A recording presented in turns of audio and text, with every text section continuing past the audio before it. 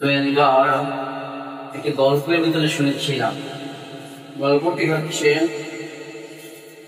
যে এক সময়ে এক এলাকার রাজা ইন্তেকাল করেছেন। তো তার প্রজারা ভাবতে শুরু করলেন যে এখন রাজ সিংহাসনে তো খালি রাখা যায় না, কাকে বসানো যায়। তো তারা খুঁজতেছেন কাকে বসানো যায়। তো খুঁজতে খুঁজতে একবার একজনের পরামর্শ দিলেন যে আগামীকাল সকালবেলা ভোরে যাকে সর্বপ্রথম পাওয়া যায় তাকেই আমরা রাজ সিংহাসনে বসাবো। তাই ওই রাস্তা দিয়ে যাচ্ছেন, ঘুম থেকে সবাই ঘুমালেন, ঘুম থেকে উঠে দেখলেন যে একজন লোক রাস্তা দিয়ে হেঁটে যাচ্ছে। তো উনি ছিলেন একজন ভিখারি। তখন তাকে ধরে নিয়ে রাজ সিংহাসনে বসানো হলো। বসানোর পরে তাকে জিজ্ঞেস করলেন যে মহারাজ, আপনি একটা সুন্দর ফয়সালা দেন যে পাশের রাজ্য লোকেরা আমাদের উপরে হামলা করছে। তখন তিনি বললেন যে আমাকে পায়েস খেয়ে দাও। তখন তিনি পায়েস খেতে শুরু করলেন। এরপরে আবার বললেন যে মহারাজ, এবার বলুন আমরা কি করব। তখন মহারাজ বললেন আমাকে পায়েস এনে দাও। তিনি পায়েস খেলেন। ওইদিকে অন্য রাজ্যের সৈন্যরা এই রাজ্যের উপরে হামলা শুরু করে দিলেন। তখন মহারাজকে আবার বললেন মহারাজ, এখন আমাদের কি করণীয়। তখন তিনি বলেন আমাকে পায়েস এনে দাও। যতবার তাকে প্রশ্ন করা হচ্ছে যে কি করা দরকার, ওই মহারাজ বারবার বলছে আমাকে পায়েস এনে দাও।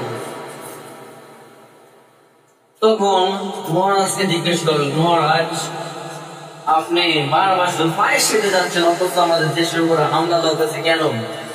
তখন বলে আমি একদিন এই মহারাজের পাশ দিয়ে যাচ্ছিলাম এবং ভিক্ষা করছিলাম। আমাকে এর আগের যে মহারাজ ছিল তিনি আমাকে পায়েস খেয়েছিলেন, আর পায়েসটা আমার কাছে এত ভালো লেগেছে যে আমার কাছে পায়েস খেতে ভালো লাগে। যেই কথাটা বলতে চাচ্ছি, ওই দিক দিয়ে দেশ লুট হয়ে যাচ্ছে, তার রাজ্য শেষ হয়ে যাচ্ছে, তিনি পায়েস খাওয়া নিয়ে ব্যস্ত। বর্তমান যুগে কিছু নামদারি সুন্নি আছে, তারা সরকার স্বৈরাচার মানুষের উপরে অত্যাচার করতেছে, জনগণের উপরে জুলুম করতেছে, আর তারা মিলাদ নিয়ে ব্যস্ত। ঠিক কিনা? তারা শুধু মাজার নিয়ে ব্যস্ত আছেন, তারা দেশ নিয়ে ভাবতেছেন না, তারা জনগণের কল্যাণ নিয়ে ভাবতেছেন না, তারা শুধু এই মিলাদ আর সুন্নি এইগুলো নিয়ে চলতেছেন। যে মুসলমান তার একটা দেশে ইসলাম কায়েম করা দরকার, ইসলামী অর্থনৈতিক ভাবে ইসলামকে শক্তিশালী করার জন্য ইসলামের একটা ভূমিকা তাদের ভিতরে নাই। তারা শুধু ওই একটা জিনিসই নিয়ে পড়ে আছে, মিলাদ কিয়াম, মিলাদ কিয়াম, মিলাদ কিয়াম। মিলাদ কিয়াম করা যে বেদাত বা নাজায়েজ সেটা বলছি না, আমি বলছি যে আর কিছু দুনিয়াতে নাই, শুধু ঈদে আল্লাহ রাসূলুল্লাহ সাল্লাল্লাহু আলাইহি ওয়াসাল্লাম আপনাদেরকে করতে বলেছেন, এর বাইরে কিছু নেই। শুধুমাত্র এই একটা জিনিস নিয়ে যে পড়ে আছেন আপনারা, আপনাদেরকে শুধু এই একটি দায়িত্ব দিয়ে আল্লাহ রাসূলুল্লাহ সাল্লাল্লাহু আলাইহি ওয়াসাল্লাম হারিয়েছেন। আপনাদেরকে আর কোনো হুকুম নেই, আর কোনো কাজ নেই। মানুষকে নিয়ে ভাবার, মানুষকে কিভাবে অর্থনৈতিক ভাবে, শারীরিক ভাবে সুন্দর একটি রাষ্ট্র দেওয়ার পরিকল্পনা আপনাদের ভিতরে নেই।